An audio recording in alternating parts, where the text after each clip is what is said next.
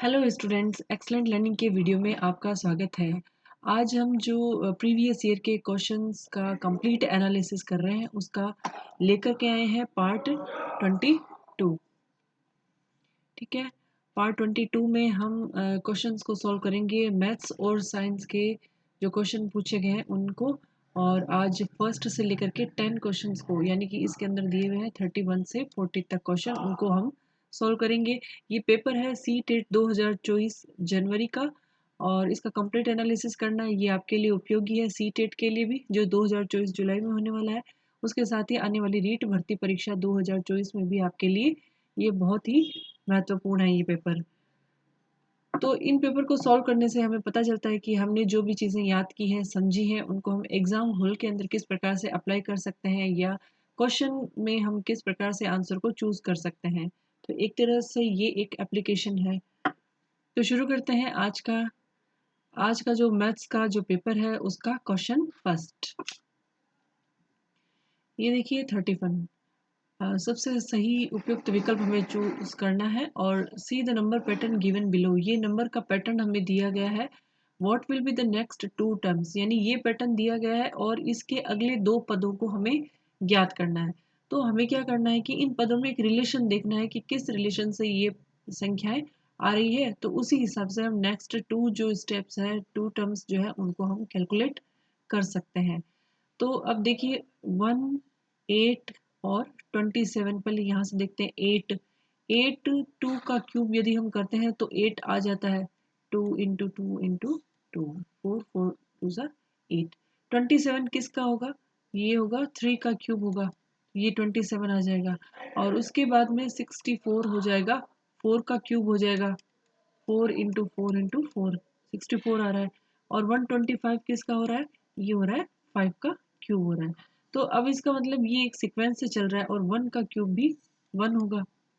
तो ये 1 का हो गया 2, 3, 4 और 5। तो इसका मतलब ये है कि ये जो होगा, इधर वाला जो नंबर होगा, ये टर्म ये किसका होगा? ये 6 का क्यूब होगा, और ये वाला टर्म जो है वो 7 का क्यूब होगा। तो अब हमें 6 का क्यूब निकाल लेना है। ठीक है, 6 का क्यूब क्या होगा? 6 इंटू 6 इंटू 6। 36 को 6 से मल्टीप्लाई करेंगे तो कितना आएगा? 216 आ जाएगा, 216 आ जाएगा। तो यहाँ पर जो क्या आएगा? फर्स्ट टर्म आ जाएगी 216। ठीक है, अब हम नेक्स्ट देखते हैं, ये 7 का क्यूब है यहाँ पर, तो 7 का क्यूब निकाल करके देखते हैं। 7 इंटू 7 इंटू 7। ठीक है, तो 49, 7 7 जो 49, 49 को 7 से मल्टीप्लाई करेंगे आ जाएगा 343। तो ये जो सेकंड टर्म जो है 343 हमें किस ऑप्शन के अंदर मिल रही है? ये हमें मिल रही है ऑप्शन थर्ड के अंदर। तो हमारा ये फर्स्ट क्वेश्चन, इसका ऑप्शन कौन सा? थर्ड सही हो जाता है। अब ये है question number 32। What should be subtracted from the sum of, ये 3 डिजिट आपको दिए गए हैं, इसका सम करना है और इसमें से क्या माइनस किया जाए, क्या घटाया जाए, जिससे हमें क्या प्राप्त हो जाएगा? ये वाली डिजिट प्राप्त हो जाएगी। तो सबसे पहले हमें इनका एडिशन कर लेना है, इनको जोड़ लेना है। तो इनको जोड़ लेने से कितना आ जाएगा? 28017। ठीक है, क्या घटाए? माइनस एक्स इक्वल टू ये संख्या प्राप्त हो जाती है। तो इसको इधर ले आते हैं। अब 28017 में से इस नंबर को अगर हम घटाएंगे, सिर्फ घटाने का सवाल है, तो हमें ये नंबर प्राप्त हो जाते हैं 2563। तो ये ऑप्शन थर्ड इसका करेक्ट हो जाता है। अब ये देखिए क्वेश्चन 33। निम्नलिखित में से कौन सा कथन सबसे अधिक उपयुक्त है? मोस्ट अप्रोप्रिएट ऑप्शन हमें देखना है। चार्ट्स जो होते हैं गणित की कक्षा में एक प्रभावी शिक्षण अधिगम सामग्री है। शिक्षण अधिगम सामग्री का उपयोग गणित की कक्षा में विद्यार्थियों के अभ्यास का समय वह कर देता है। विद्यार्थी गणित की कक्षा में पहेलियों में आनंद नहीं लेता है। गणित की लैब जरूरी है क्योंकि ये क्रियाशील गतिविधियों को अवसर प्रदान करती है। बहुत सारे आंसर अब 4 हैं, इनमें से कई आंसर सही हो सकते हैं, लेकिन हमें जो है मोस्ट अप्रोप्रिएट, सबसे अच्छा आंसर हमें चूज करना है। तो गणित की क्लास के अंदर चार्ट जो है वो प्रभावी शिक्षण अधिगम सामग्री में उपयोगी है। तो जो भी प्रभावी शिक्षण हमें करना है, टीचिंग को अपना इफेक्टिव बनाना है, तो उसके अंदर टीएलएम तो यूजफुल होते ही हैं। क्वेश्चन ये ऑप्शन वैसे सही है, लेकिन हमें सबसे अधिक उपयुक्त की तरफ जाना है, तो हमें तीन ऑप्शंस को देखना होगा। अब है कि शिक्षण अधिगम सामग्री का उपयोग गणित की कक्षा में विद्यार्थियों के अभ्यास का समय व्यय कर देता है। तो समय तो वह नहीं करता है, क्योंकि ये अधिगम सामग्री तो टीचिंग को इफेक्टिव बनाती है, बच्चा और उस कंसेप्ट को क्लियर से समझता है। विद्यार्थी गणित की कक्षा में पहेलियों में आनंद नहीं लेते हैं, ये तो सही भी नहीं है। ठीक है। अब गणित की लैब जरूरी है, क्योंकि क्रियाशील गतिविधियों को अवसर प्रदान करती है। अब मैथ्स जो है, कोई भी बच्चा सबसे बेस्ट तरीके से कब पढ़ सकता है, जब उसे कुछ एक्टिविटी में संलग्न रखा जाए, क्रियाशील जो गतिविधियां होती है उसके अंदर उसको अवसर दिए जाए। तो इसके लिए हमें सबसे ज़्यादा क्या ज़रूरी है, एक प्रयोगशाला गणित की होनी ज़रूरी है, जिससे कि उस प्रयोगशाला के कारण हम उन्हें क्रियाशील गतिविधियां जो है उनको अवसर बच्चों को प्रदान कर सकते हैं।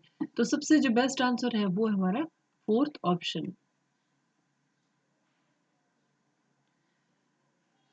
अब है next question, which of the following is true for word problems in school mathematics. अब स्कूल की जो मैथमेटिक्स है उसके अंदर जो वर्ड प्रॉब्लम्स होती है मैथमेटिक्स के अंदर, उसमें से हमें जो ट्रू है वो उसको चूज करना है।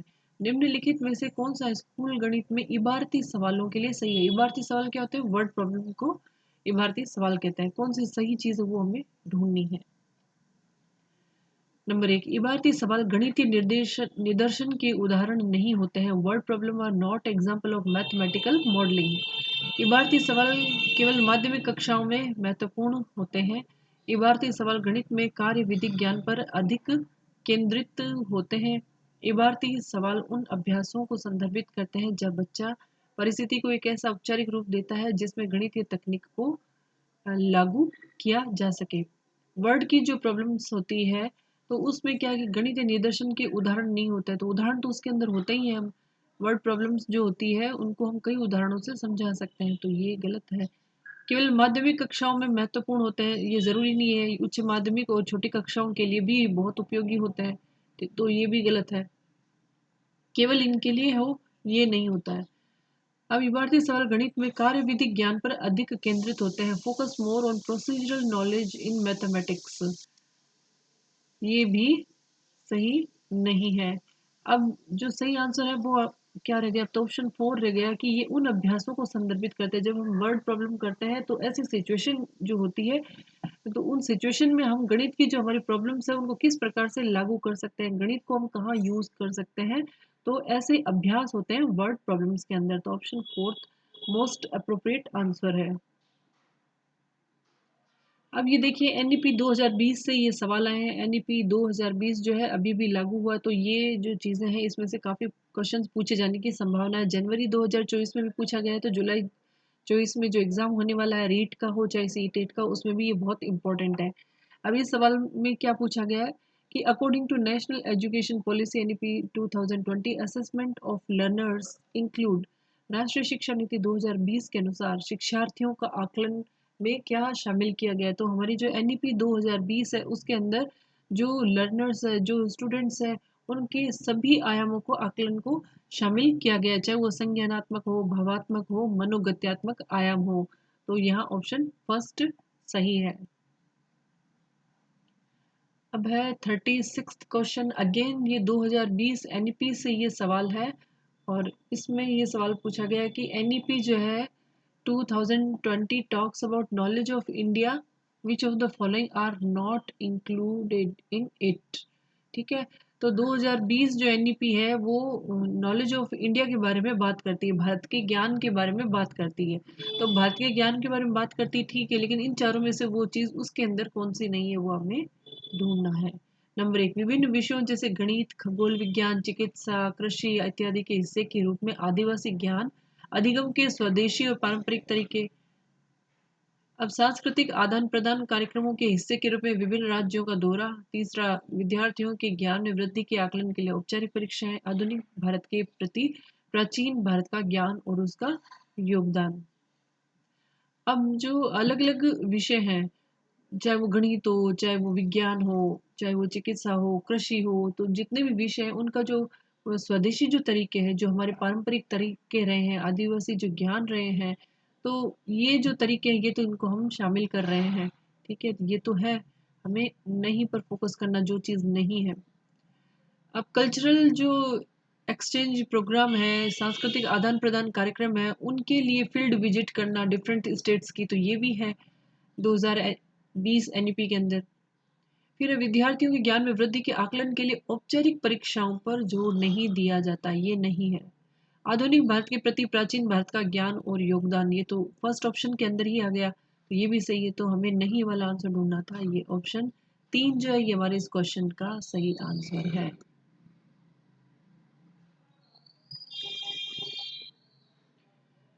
Question number 37, according to NCF National Curriculum Framework 2005, which of the following process are least relevant in a primary mathematics classroom. अब इस ये जो एनसीएफ 2005 था करिकुलम निर्माण के लिए, तो वहाँ पर जो प्राइमरी गणित की जो क्लास होती है उसमें कौन सी प्रक्रियाएं सबसे कम रूप से प्रासंगिक है। अब देख लीजिए क्लास कौन सी है, यहाँ पे प्राइमरी क्लास है, तो सबसे कम प्रासंगिक है वो आंसर हमें ढूंढना है। पैटर्न का उपयोग करना और विजुअलाइजेशन करना, दृश्यकरण करना, मतलब कोई चीज़ हम याद कर रहे हैं उसको विजुअलाइज करके याद करना, संबंध स्थापित करना, किन्हीं दो चीज़ों के बीच में एक कनेक्शन बना करके याद करना, कोरिलेट करना, रिप्रेजेंट करना और सूत्रों को याद करना। तो एनसीएफ जो 2005 है उसके अंदर तो हमने पढ़ा था कि जो है एक्टिविटी बेस्ड होना चाहिए, रटंत विद्या से मुक्त होना चाहिए और आउट ऑफ द बॉक्स बच्चे को थिंकिंग करनी चाहिए। तो इनमें से कौन सा नहीं है। पैटर्न का उपयोग करना उसके अंदर है, विजुअलाइजेशन करना भी है, संबंध स्थापित करना, निरूपण करना वो भी है, सूत्रों को याद करना ये उसके अंदर कम प्रासंगिक है एनसीएफ 2005 में। तो इस क्वेश्चन का सही आंसर तो हो जाएगा ऑप्शन 4। अब है क्वेश्चन 38, गणित शिक्षण में संज्ञानात्मक संघर्ष के विचार के लिए निम्नलिखित में से कौन सा कथन सबसे उपयुक्त है। संज्ञानात्मक संघर्ष का विचार, which of the following statement is are most appropriate for the idea of cognitive conflict in teaching mathematics. ये 3 ऑप्शन हमें दिए गए हैं और हमें चूज करना है कि संज्ञानात्मक जो संघर्ष होता है, जो हमारे तार्किक वैचारिक जो संघर्ष हमारे दिमाग में चल रहा होता है गणित शिक्षण को लेकर के, तो सबसे सही आंसर कौन सा है। संज्ञानात्मक संघर्ष के प्रति बच्चों को सुगम्य बनाने के शिक्षक के विचारपूर्ण प्रयासों से उनकी गणितीय समझ को बढ़ावा मिल सकता है। यह बच्चों में गणितीय समझ को बढ़ावा देने के लिए प्रभावी नहीं है। संज्ञानात्मक संघर्ष से बचना चाहिए क्योंकि इससे बच्चे भ्रमित हो जाते हैं। अब गणित का शिक्षण करना है, संज्ञानात्मक संघर्ष नहीं हो तो ऐसे तो कैसे हो सकता है। बच्चा तार्किक क्रियाएं करेगा, विचार करेगा, कनेक्शन दो जो चीज़ें हैं, दो व्यंजक हैं उनके बीच में कनेक्शन का निर्माण करेगा, तो ये चीज़ें तो गणित के अंदर होगी ही। अब यहाँ ये बताया जा रहा है कि गणितीय समझ को बढ़ावा देने के लिए संज्ञानात्मक संघर्ष प्रभावी ही नहीं है, तो ये गलत है। अब यहाँ कहा जा रहा है कि संज्ञानात्मक संघर्ष से बचना चाहिए क्योंकि बच्चे भ्रमित हो रहे हैं, तो बच्चे तो भ्रम से बाहर निकल रहे हैं। तार्किक विचार करने से बच्चों में जो असमंजस की स्थिति है वो खत्म होती है, तो ये भी सही नहीं है। तो यहाँ पर केवल एक ऑप्शन फर्स्ट सही है क्योंकि संज्ञानात्मक संघर्ष जो है बच्चों के अंदर गणितीय समझ को बढ़ावा देता है, तो ऑप्शन ए ही केवल सही। अब ये हमें कहाँ मिलेगा, ये मिलेगा ऑप्शन 2 के अंदर। ठीक है, 38वें का ऑप्शन 2 करेक्ट है। अब है नेक्स्ट क्वेश्चन, एक संख्या में 8 जोड़ दिया जाए तो वह दुगनी हो जाती है, वह संख्या क्या होगी। मान लीजिए वह संख्या x है और उसके अंदर 8 जोड़ दिया जाए तो वह दुगनी हो जाती है, तो वह संख्या x क्या है। ठीक है, तो वह संख्या हमें ज्ञात करनी 2x माइनस एक्स, तो यहाँ हो जाएगा x इज इक्वल टू 8, तो वह संख्या तो आ गई 8।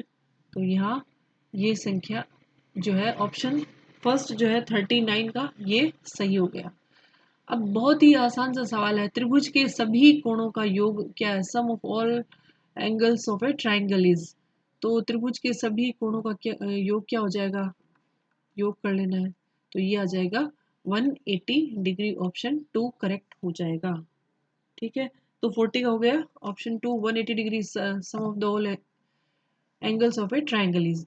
तो स्टूडेंट्स ये था पार्ट 22 जिसमें हमने मैथ्स और साइंस का जो पोर्शन है उसके आज के 10 सवाल के नेक्स्ट वीडियो के अंदर हम नेक्स्ट क्वेश्चंस लेके आएंगे, उनका कंप्लीट एनालिसिस करेंगे। और हम ये क्वेश्चन कर रहे हैं सी टेट 2024 जनवरी का जो आपका प्रीवियस ईयर का पेपर है उसके पेपर को सोल्व कर रहे हैं ताकि हम अच्छे नंबर ला सके। सी टेट 2024 का जो जुलाई का पेपर होने वाला है, जो रीट का पेपर होने वाला है, उसकी प्रिपरेशन में। ठीक है, तो नेक्स्ट वीडियो आने तक keep learning, keep watching excellent learning videos and please like share and subscribe. Thank you.